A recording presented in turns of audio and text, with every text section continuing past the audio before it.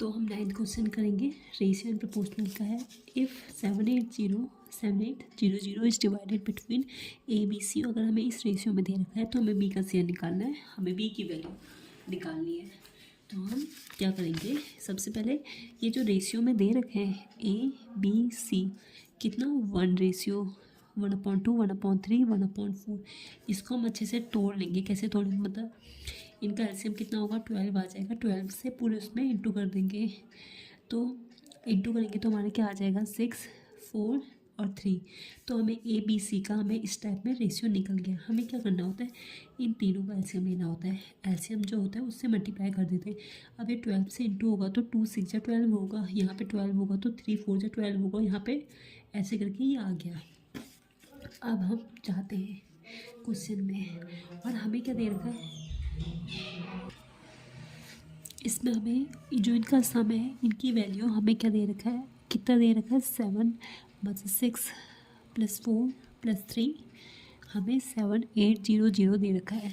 तो 13 यूनिट किसके बराबर आ जाएगा 7800। तो एक यूनिट की वैल्यू 600 आ जाएगी। हमसे बी की वैल्यू पूछ रहा है, बी हमें कितना मान रखा है 4x। तो 4 × 600 2400 हमारा आंसर आ जाएगा। सी आंसर है इसका। अब हम दूसरे क्वेश्चन में जाएंगे। 182 is divided in the ratio 3:5:4:1। 4 part में डिवाइड है, तो मिनिमम पार्ट निकालना है, वही सेम है।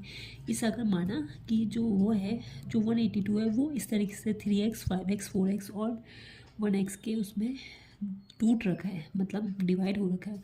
तो अब हमसे सबसे छोटा पार्ट कह रखा है। सबसे पहले हम अकॉर्डिंग टू क्वेश्चन चलेंगे। इन सबका सम 182 के बराबर है। मिनिमम पार्ट हम एक यूनिट की वैल्यू निकालेंगे। एक की वैल्यू निकल गई तो हम मिनिमम पार्ट कितना है 1 तो होगा, हम 1 की वैल्यू निकाल लेंगे।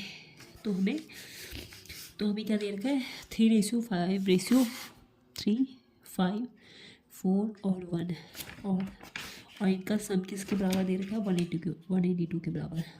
तो अगर हम इसको ऐड करेंगे तो 9 10 13 यूनिट की वैल्यू 182 आएगी।